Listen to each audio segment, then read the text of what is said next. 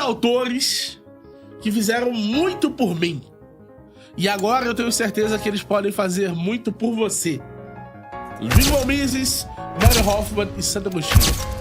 Demonstrando fundamentos essenciais da economia, da política e da teologia. Esses 3 autores vão dar a você uma visão completa, desde as nuances da história do pensamento econômico, passando pelas definições fundamentais do liberalismo e da história, e nos entregando uma visão holística acerca do papel do homem e do Criador na história universal. Esses são 3 autores excelentes que fizeram com que eu fosse uma pessoa significativamente diferente. Eles mudaram a minha forma de ver o mundo, e eu tenho certeza que nesses 24 encontros, nessas 72 horas que nós vamos passar juntos, se você assinar o produto que tá aqui na descrição, eles vão mudar a sua visão. Vamos de play. Obrigado pela oportunidade, é um prazer estar aqui com você, com vocês. Obrigado a todos que nos assistem. Acho que vai ser um debate muito interessante. Obrigado pela oportunidade também a Virgínia por estar aqui conosco. Acho que vai ser uma noite interessante. Então acompanhem aí, pega o papel, a pipoca, senta no sofá que vai ser legal. E hoje uma debatedora de peso, viu? A Virgínia está em todos os podcasts. 30 contra 1, 13 contra 1, viu, Virgínia? Parabéns pelo trabalho que você vem fazendo de colocar o que você acredita, né, para debater ideias. Então, seja muito bem-vindo aqui ao TubaCast, viu? Obrigado pela sua participação. E eu já queria começar com você, Virgínia. O que você acredita, né, do comunismo? Você acha que é a solução para o nosso país? E depois eu passo pro Rubinho também, para você se apresentar também em rede social, tudo, viu? Fica à vontade.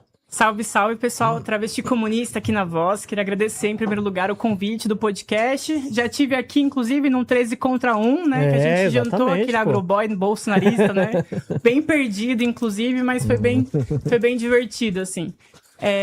Bom, primeiro eu queria só me apresentar, para quem não me conhece ainda, né? Sou entregadora de aplicativo e também sou inspetora de alunos há mais de 6 anos na rede municipal aqui em São Paulo. Faço parte do Esquerda Diário, que é uma mídia internacional e independente que produz conteúdo pela classe trabalhadora para a classe trabalhadora. E também sou feminista socialista do Grupo Internacional de Mulheres Pão e Rosas, que na Argentina, inclusive, tem aí como uma grande referência a Miriam Bregman, que agora apareceu nas últimas pesquisas como a única política na Argentina que tem um referencial positivo, né? E é bem interessante, inclusive, eu acho que tanto a Miriam Bregman, até já para responder a sua pergunta, e o peso que vem crescendo hoje, o Partido dos Trabalhadores pelo Socialismo na Argentina, que impulsiona a frente de esquerda, que foi oposição ao governo do Milei, que vem sendo, inclusive, um partido que está na linha de frente contra a reforma trabalhista, contra o ataque aos aposentados, em defesa das fábricas ocupadas que constroem e fazem, inclusive, a própria produção sobre controle dos trabalhadores. A Miriam vem crescendo como essa referência e, para mim, isso aponta como a classe trabalhadora, inclusive hoje, que está lutando na Bolívia, né? Que todo mundo que está em casa tem que parar um pouquinho e olhar os jornais, uns poucos, inclusive, que estão mostrando sobre a Bolívia, que tem há mais de um mês bloqueios, paralisações, um chamado a ter uma greve geral para enfrentar o... Meu Deus.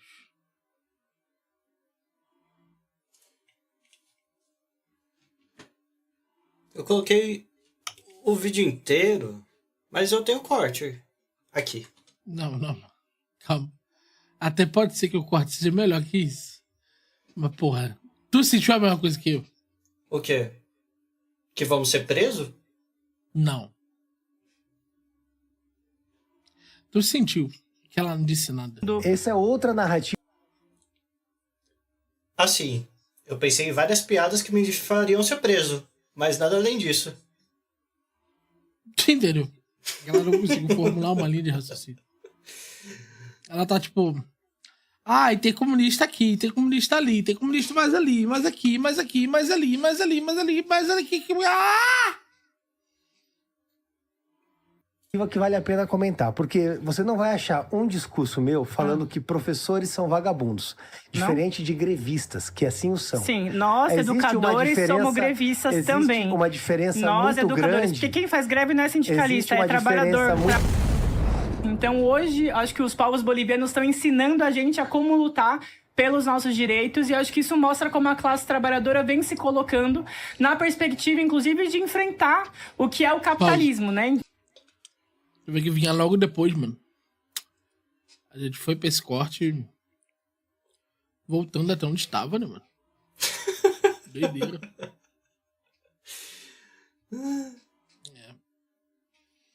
Miorim.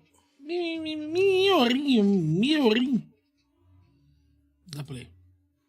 Inclusive é o debate de hoje, né? Enfrentar as medidas que tem de ataque à classe trabalhadora do ponto de vista de saquear os nossos bens naturais, de enfrentar, inclusive, os direitos dos povos originários que estão sendo atacados hoje na Bolívia.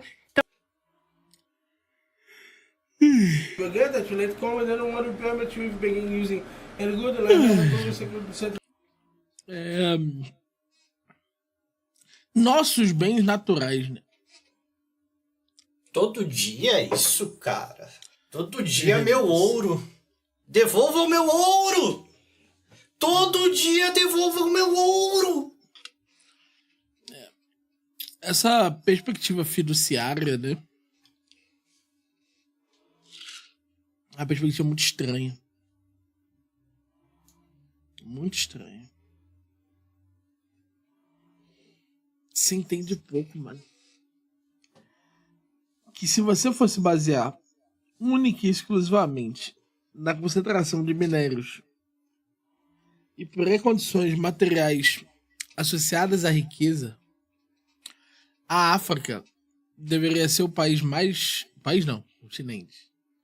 E a África do Sul, em especial, em virtude dos diamantes, o país mais rico do mundo. Acho que é África do Sul, Congo... República Centro-Africana? Esse é o nome? República Centro-Africana. Isso mesmo. E mais outros 2 territórios ali tinham que ser os mais ricos do mundo. Porque eles tinham uma quantidade gigantesca de recursos. E ainda assim, a Europa esteve muito à frente.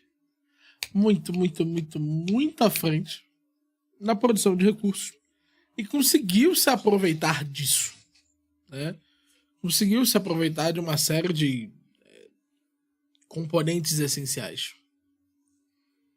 Eu acho que é absolutamente natural, mano, que as pessoas sintam que alguma coisa lhe foi roubada, mas não é em virtude da quantidade de recursos físicos que você tem, que você é um país mais ou menos rico, mas a capacidade que você tem em aproveitar esses recursos.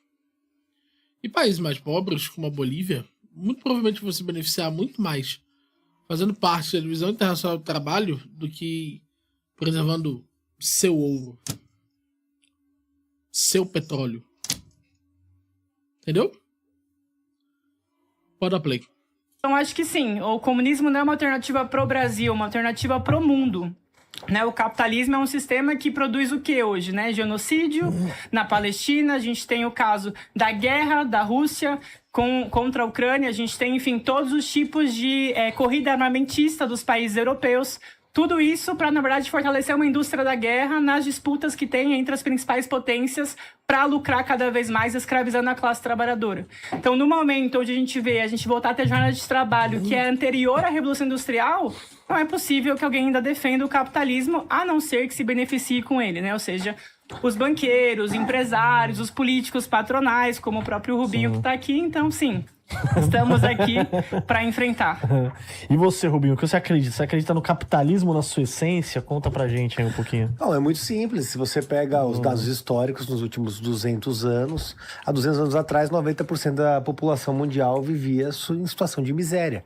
Esse número caiu para 10% da população mundial justamente porque nós vivemos num mundo capitalista onde as pessoas conseguem empreender, conseguem trabalhar, conseguem progredir, conseguem prosperar e efetivamente sair da miséria. Não sou eu que estou dizendo, são os dados, é a história que aponta para isso. Existe muito proselitismo pró-comunismo, pró-esquerda. A questão é que a própria história da sociedade, a própria história da humanidade advoga contra esse argumento. É natural do ser humano querer uma vida melhor, é natural do ser humano querer progredir, da honra do ser humano entregar para sua família e para si mesmo os frutos do seu trabalho. Essa é a essência do capitalismo e é a essência que faz com que a sociedade evolua. A gente pode simplesmente trazer para fatos atuais. Você não vê ninguém fugindo de bote de Miami para Cuba, mas você vê o contrário, justamente porque o comunismo não dá certo. Os dados do comunismo são tão horrorosos que você precisa escravizar as pessoas dentro daquela região para que elas não fujam. E se elas não conseguem fugir, elas morrem de fome. É muito simples. Elas não vão morrer de fome, o comunismo mata essas pessoas. São os dados do Holodomor, da União Soviética, de Mao Tse-tung. Na China, a história aponta contra o comunismo, tanto pela miséria, quanto pela fome, quanto pela crueldade das pessoas que vivem nesses regimes. O que me espanta, efetivamente, e é uma coisa que eu tento fazer um exercício de flexibilidade intelectual dia após dia para entender como alguém consegue, em sã consciência e no perfeito uso das razões, defender um regime que mata, que escraviza, mas que principalmente semeia a miséria. Nós vemos países onde... Sabe por que eu tenho muita dificuldade, diria eu, com esse tipo de retórica? Não é uma...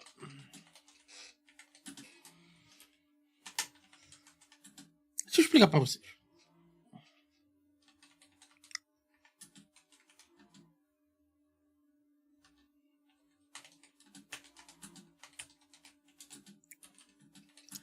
Se a questão é preservar os frutos do seu trabalho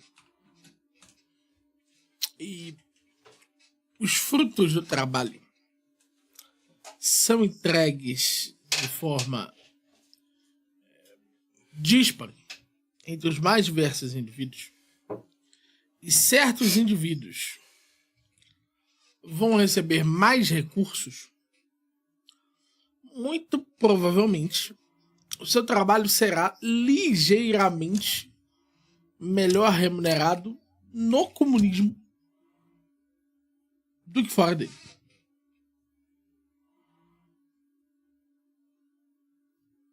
Eu vou repetir.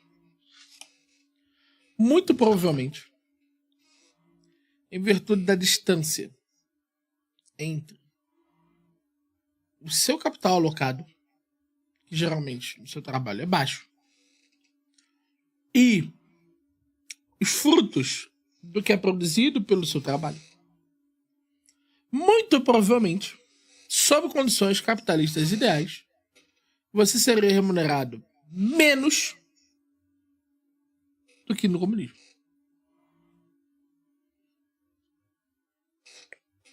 A grande questão não é essa. Não é o quanto você vai ser remunerado. Quanto você vai preservar. Se você pensar apenas nesses termos, você vai acabar sendo refutado. Alguém vai apontar a você que o mecanismo alternativo de distribuição vai te dar mais dinheiro. A grande questão é: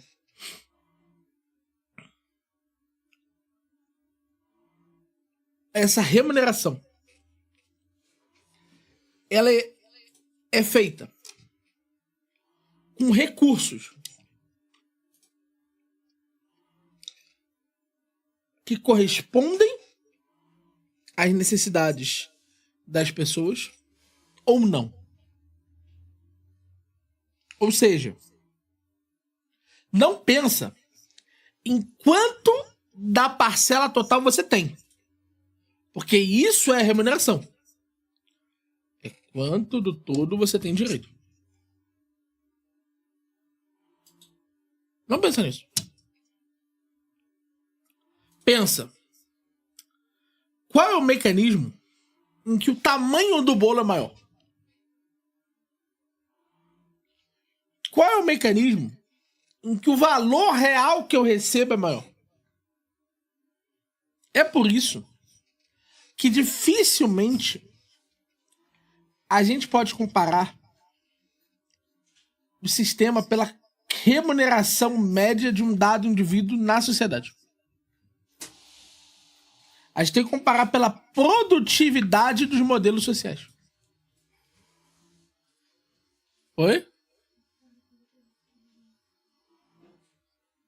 Pede para ela, pelo lugar para ela 4 horas.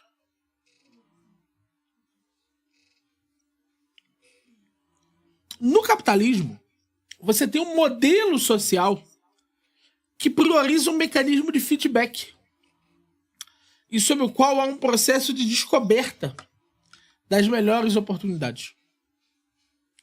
Esse mecanismo de descoberta e aproximação, ele é muito mais eficiente do que o mecanismo do socialismo.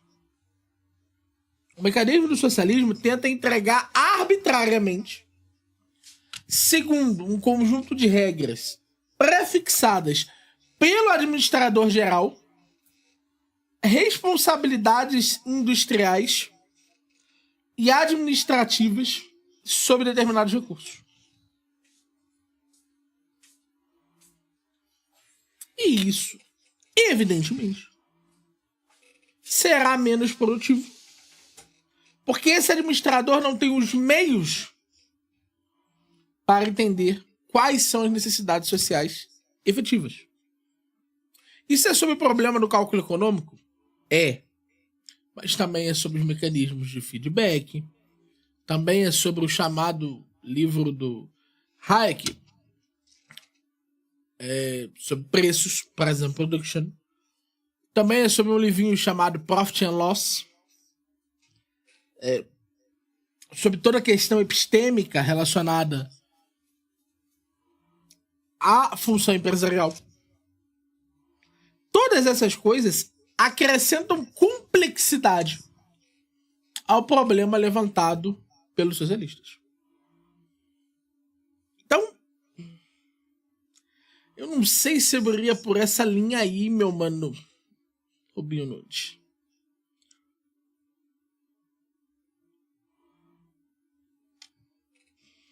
Eu não sei. Realmente não sei. E agora, tem uma segunda parte, né? Sobre os crimes do socialismo.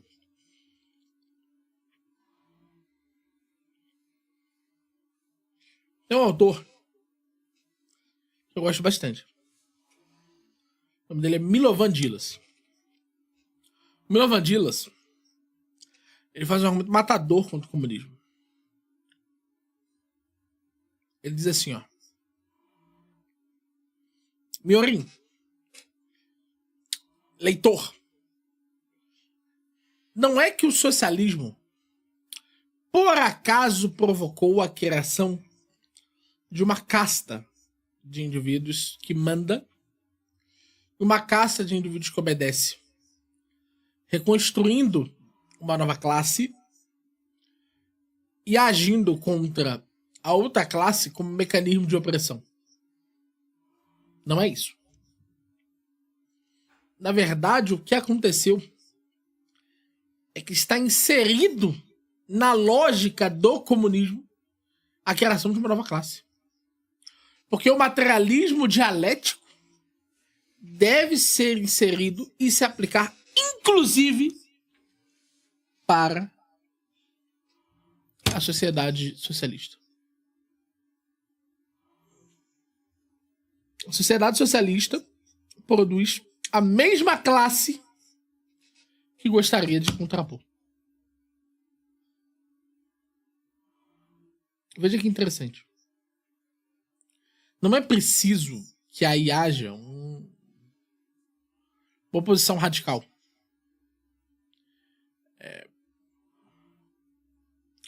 Que diga, morreram sei lá quantos, 25 milhões de pessoas para que o socialismo fosse implementado.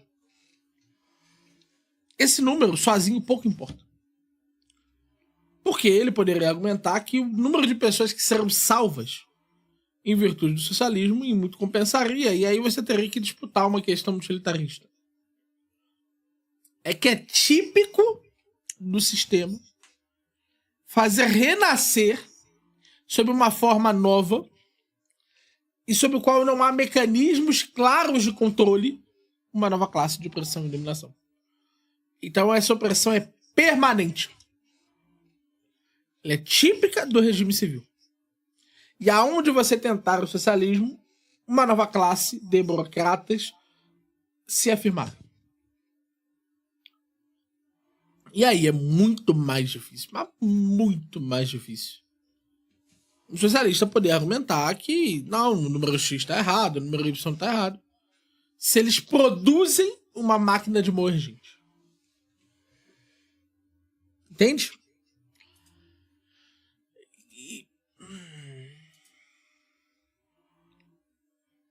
Os argumentos do Rubinho